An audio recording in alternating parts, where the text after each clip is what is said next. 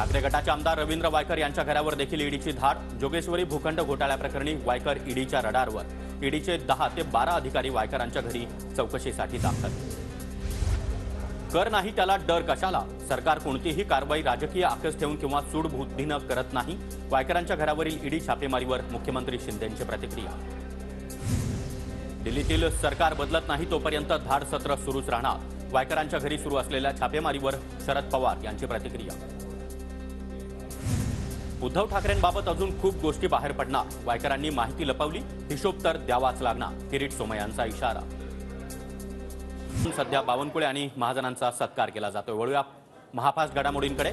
यंत्रणांकडून ठराविक पक्ष आणि लोकांवर कारवाई। भाजप आणि शिंदे गटातील दूध के धुले, बाकी भ्रष्टाचारी। आधी आरोप असलेले आता मुख्यमंत्री आणि उपमुख्यमंत्री झाले। किशोरी पेडणेकरांची टीका।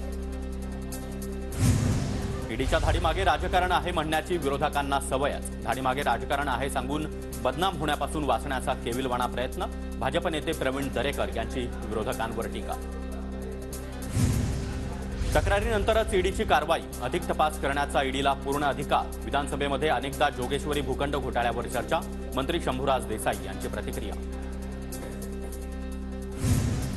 रवींद्र वायकर यांच्या विरोधामध्ये ईडीकडे जमीन गैरव्यवहाराबाबत काही कागदपत्र असतील म्हणूनच कारवाई। तपासामध्ये सत्य बाहेर येईल। अजित पवार गटाचे आमदार आणि मंत्री धर्मराव बाबा अत्राम यांची प्रतिक्रिया।